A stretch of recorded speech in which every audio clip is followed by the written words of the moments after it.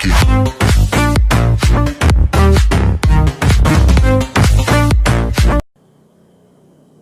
Haleluya. Selamat pagi, selamat hari Minggu, Bapak Ibu, saudara-saudara yang diberkati oleh Tuhan. Pagi hari ini kita masuk pada minggu yang terakhir di bulan Juni tahun 2020.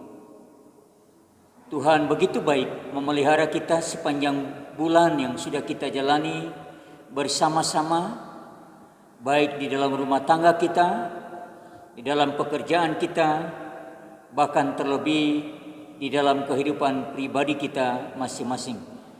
Dan pada pagi hari ini kita bersyukur kepada Tuhan sebab kita ada lagi di hari di mana kita akan bersekutu bersama-sama melalui ibadah yang akan kita ikuti bersama-sama, baik kami yang ada di gereja, juga jemaat-jemaat yang ada di rumah masing-masing.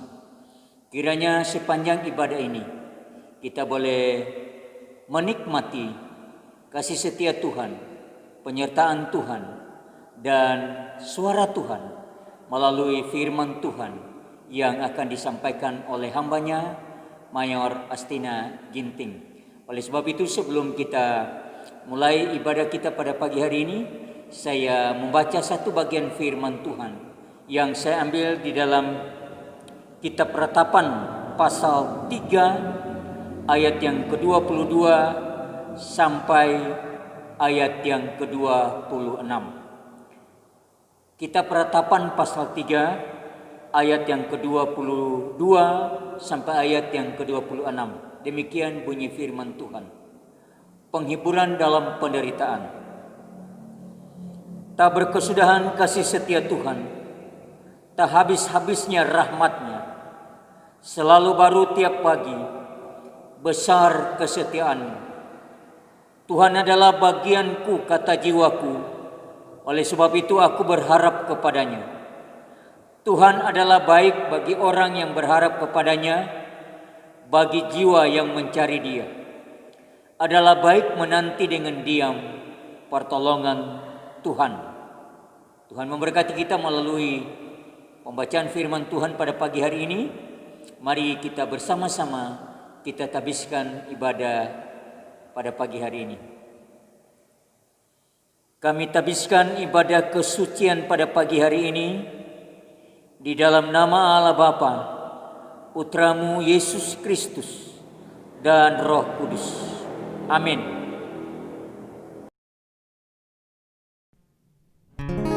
Hidupku menggenapi firman-Mu,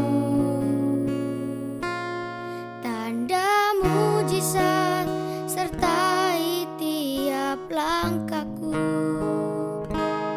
Kau bersamaku di dalamku, jadi bukti kebesaran-Mu.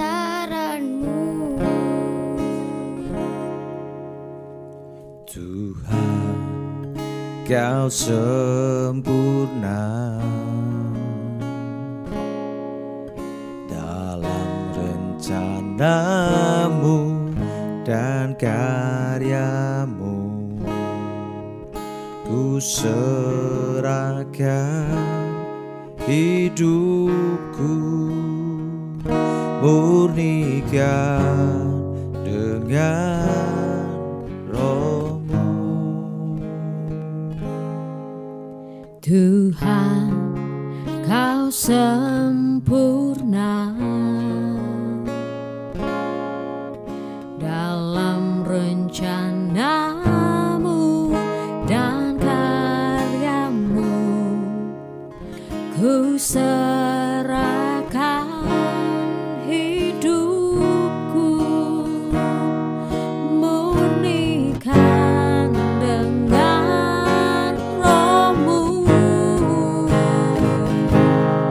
Hidupku menggenapi firman-Mu,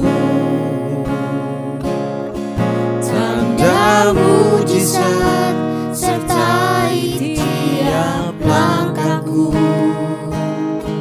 Kau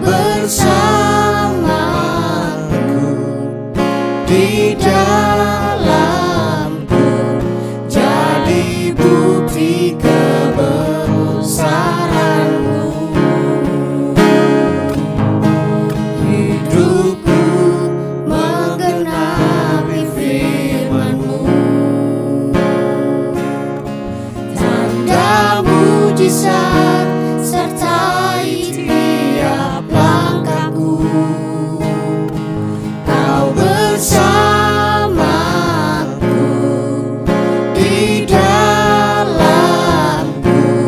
jadi bukti kebesaran-Mu. Jadi bukti kebesaran-Mu.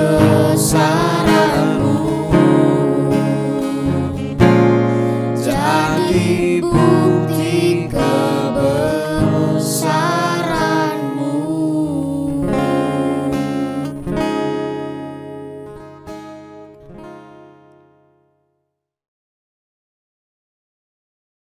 Shalom saudaraku yang kekasih di dalam nama Tuhan. Kita bersyukur kepada Tuhan kita bisa lagi bertemu di dalam firman-Nya hari ini. Apa kabar kita saudara? Walaupun saya tidak mendengar suara saudara, tapi saya percaya saudara sedang diberkati oleh Tuhan. Kita akan mendengarkan bagian firman Tuhan. Namun sebelumnya mari kita bersatu di dalam doa.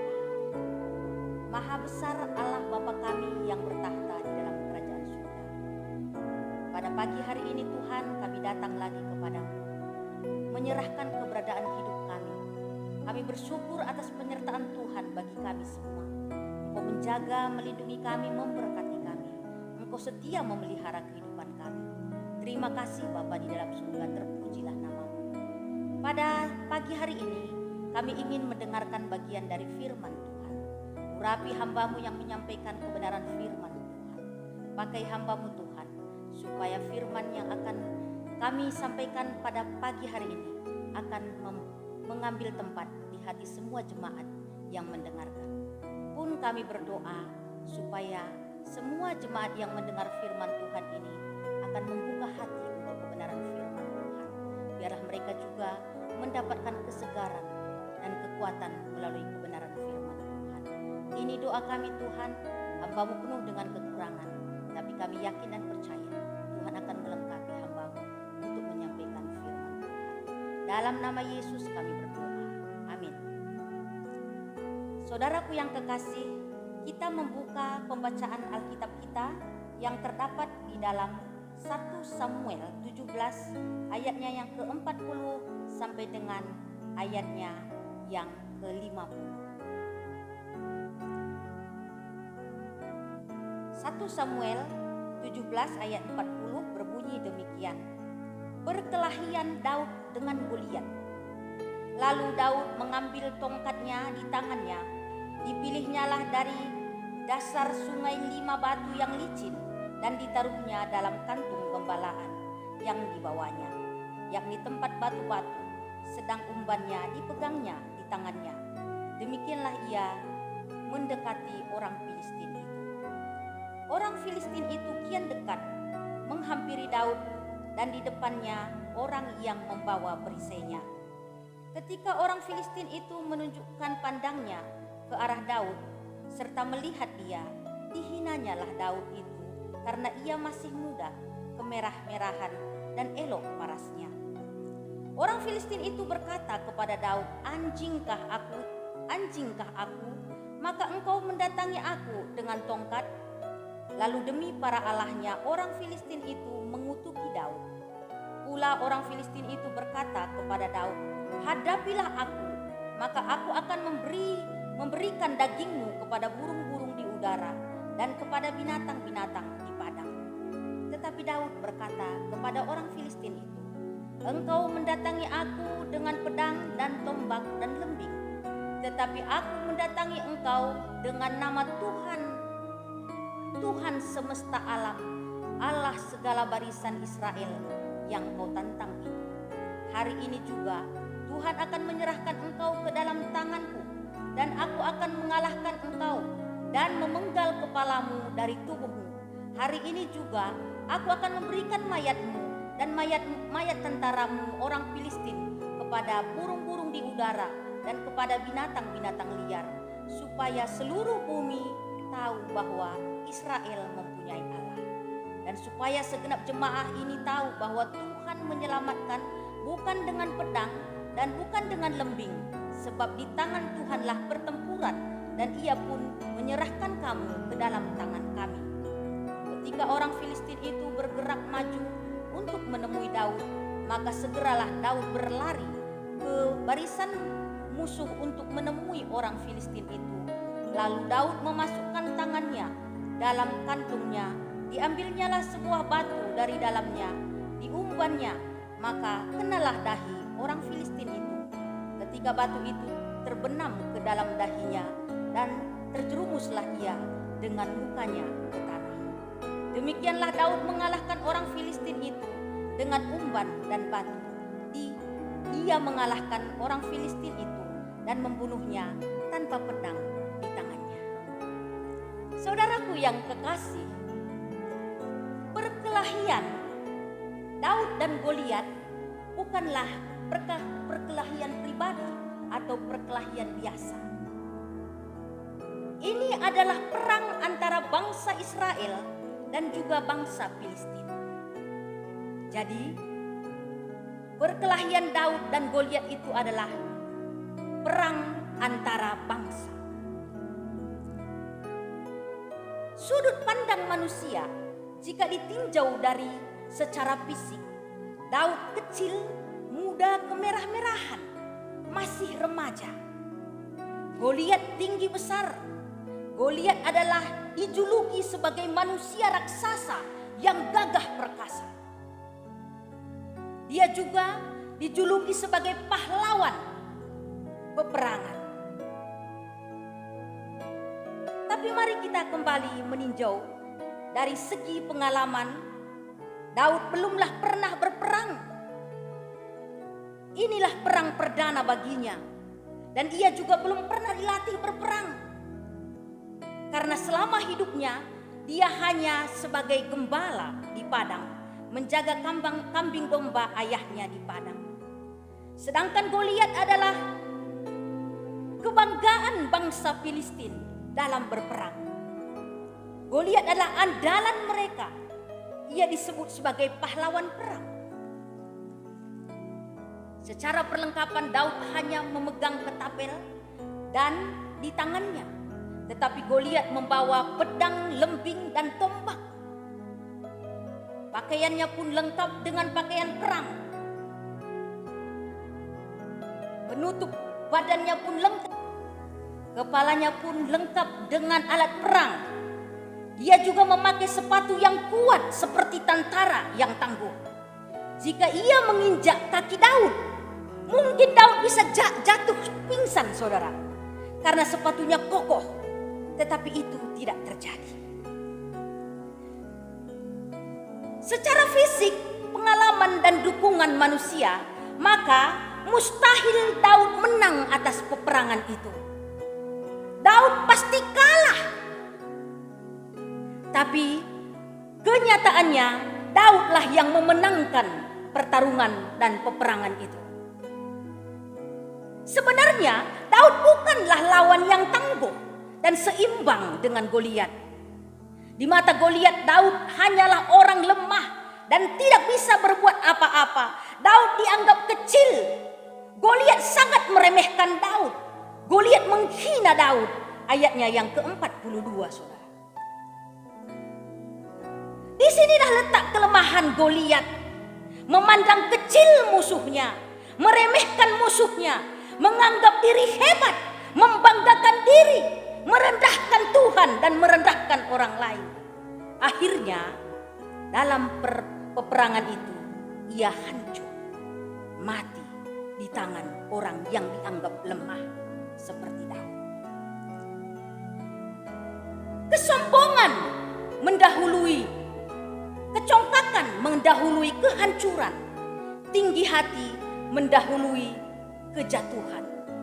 Inilah yang cocok untuk Daud. Amsal 16 ayat 18. Saudaraku, kalau Goliat adalah orang yang meremehkan musuhnya, tidak berbeda dengan Daud. Daud menghadapi Goliat bukan dengan perlengkapan perang. Ayatnya yang ke-45. Dan pada itu pun dia berkata, tetapi Daud berkata kepada orang Filistin itu, engkau mendatangi aku dengan pedang dan dengan tombak, dengan lembing, tetapi aku mendatangi engkau dengan nama Tuhan semesta alam, Allah segala bangsa Israel yang kau tentang itu. Disinilah kekuatannya Daud. Ia mengandalkan Tuhan. Ia melibatkan Tuhan. Saat ia melawan Goliat, ia datang dengan nama Allah semesta alam. Dan itulah yang memberi, nama itulah yang memberi kemenangan. Karena di dalam nama Tuhan Allah kita, di dalam nama Yesus ada kemenangan. Dan inilah yang dialami oleh Daud. Dia menang karena ia mengandalkan Tuhan. Saudaraku, judul firman Tuhan kita ini adalah mengandalkan Tuhan. Daud mengandalkan Tuhan menghadapi Goliat. Tuhan bangga kepada Daud atas kepercayaannya, penyerahan dirinya sepenuhnya kepada Tuhan. Tuhan bangga karena Daud melibatkan Tuhan saat menghadapi musuhnya. Dan Tuhan bertindak membela Daud melawan musuhnya. Tuhan di pihak Daud, maka Daud menang atas Goliat, mati di tangan Daud. Ini mengherankan saudara.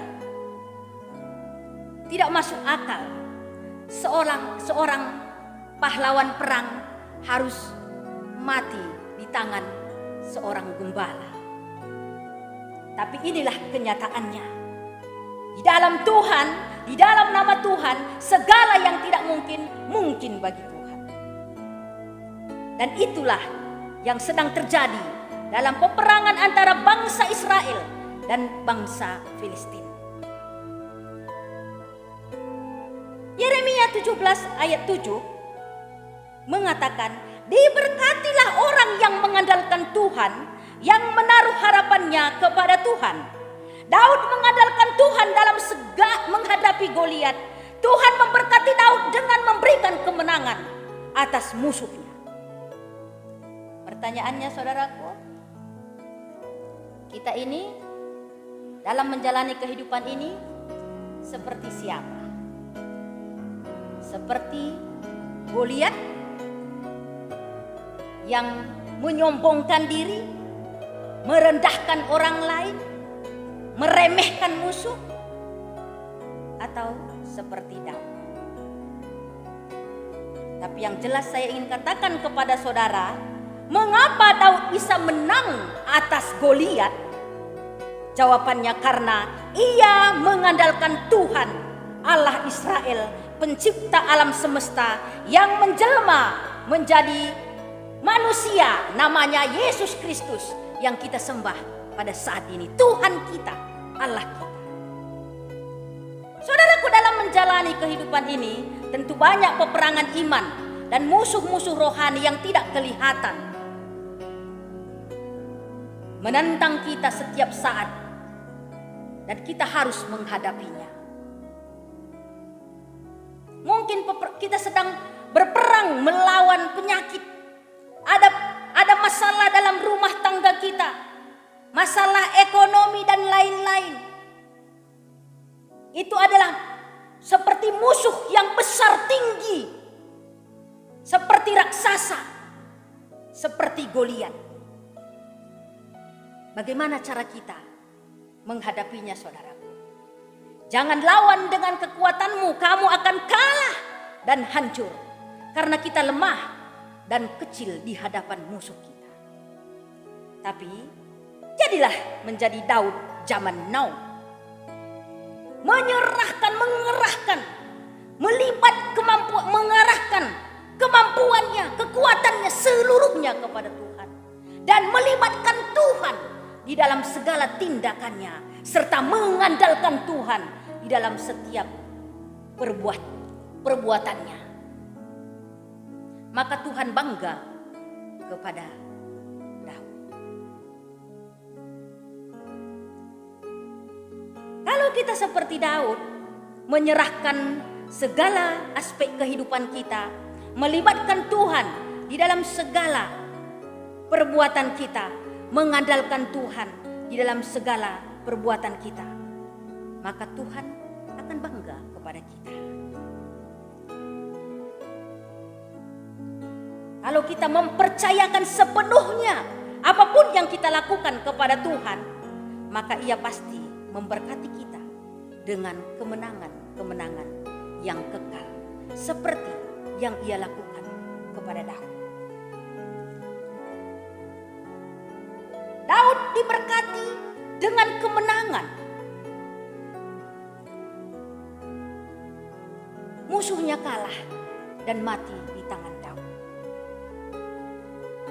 Saudaraku, inilah kisah Daud dan Goliat. Daud menjadi orang yang diberkati. Diberkatilah orang yang mengandalkan Tuhan. Dan Daud mengandalkan Tuhan. Tuhan membuktikan firman-Nya bahwa Ia memberkati Daud. Saudaraku, diberkati adalah harapan kita semua. Kita selalu berharap supaya hidup kita ini terus diberkati Tuhan, bukan? Kita berdoa supaya keluarga kita diberkati, pekerjaan kita diberkati, rumah tangga kita diberkati, masa depan kita diberkati Tuhan. Orang tua pun berdoa terus untuk anak-anaknya, menantunya, cucu, cicit dan lain-lain semua. Terus berdoa, Tuhan berkatilah anakku, menantuku, cucuku, cicitku. Demikian sebaliknya, anak berdoa, berkatilah orang tuaku.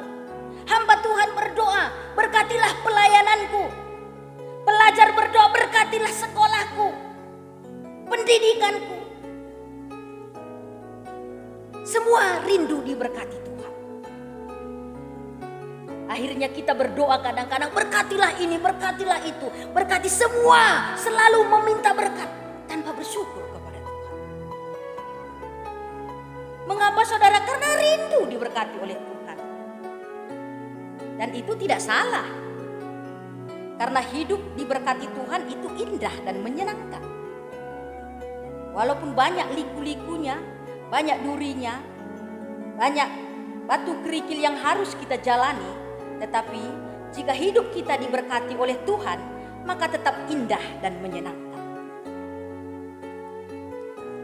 Saudaraku, tapi ingat satu hal, tidak gampang menjadi orang yang diberkati Tuhan.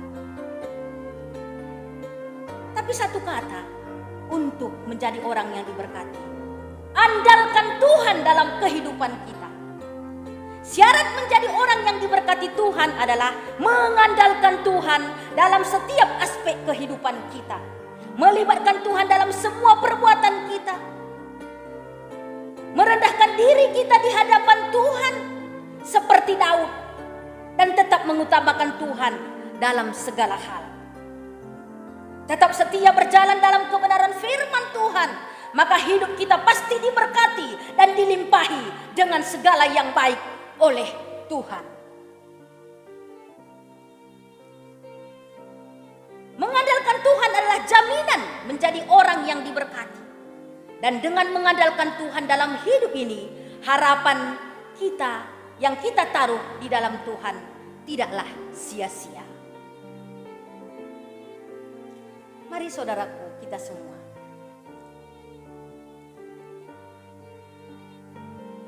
menjadi Daud-Daud zaman sekarang. Jangan menjadi Goliat.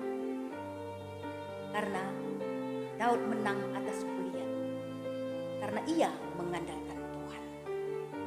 Oleh sebab itu, andalkanlah Tuhan dalam setiap aspek kehidupan kita. Maka engkau akan bisa melihat bagaimana Tuhan itu memberkatimu. Karena orang yang mengandalkan Tuhan, hidupnya akan dikelilingi oleh berkat Tuhan dan diikuti terus oleh berkat Tuhan. Jadi jika kita ingin selalu diberkati Tuhan, satu kata, andalkan Tuhan dalam hidup kita. Diberkatilah orang yang mengandalkan Tuhan, yang menaruh harapannya kepada Tuhan. Saudara ingin diberkati? Andalkan Tuhan dalam hidupmu, maka berkat itu akan menjadi bahagia. Tuhan Yesus memberkati kita semua. Mari kita bersatu di dalam doa. Terima kasih Bapa di dalam surga. Kami sudah mendengar kebenaran firman Tuhan. Mengajar kami untuk selalu mengandalkan Tuhan di dalam kehidupan kami. Karena orang yang mengandalkan Tuhan diberkati oleh Tuhan. Dan ini adalah firman Tuhan. Kami tahu firman Tuhan ya dan amin. Dan kami tetap percaya bahwa firman Tuhan itu kekal adanya. Oleh sebab itu mulai hari ini kami berdoa kepada Tuhan. Supaya kami menjadi Daud-Daud zaman sekarang. Mengandalkan Tuhan dalam setiap aspek kehidupan kami. Sehingga dalam perjalanan kehidupan kami bisa melihat berkat Tuhan itu mengalir terus dalam kehidupan kami. Berkatilah semua jemaat Tuhan yang mendengarkan firman Tuhan ini, yang ada di tempat ini, ataupun yang ada di rumah mereka masing-masing. Biarlah pada saat ini pun, setelah mendengarkan berkat Tuhan ini, mereka dapat merasakan kekuatan yang baru dalam firman Tuhan. Sehingga menjalani hari ke depan, mereka percaya bahwa Tuhan tidak meninggalkan kehidupan mereka, tetapi mereka akan menjadi orang-orang yang diberkati oleh Tuhan. Berkatilah semua jemaat Tuhan yang mendengar firman Tuhan ini. Dan berkatilah kami semua dimanapun kami berada. Terpujilah namamu Tuhan, ampuni dosa dan kesalahan kami. Jadikanlah kami menjadi pelaku-pelaku firman Tuhan dimanapun kami berada. Dalam nama Tuhan Yesus, kami sudah berdoa dan mengucap syukur kepada Bapa di surga. Amin. Terima kasih saudaraku. Tuhan Yesus memberkati kita semua. Haleluya.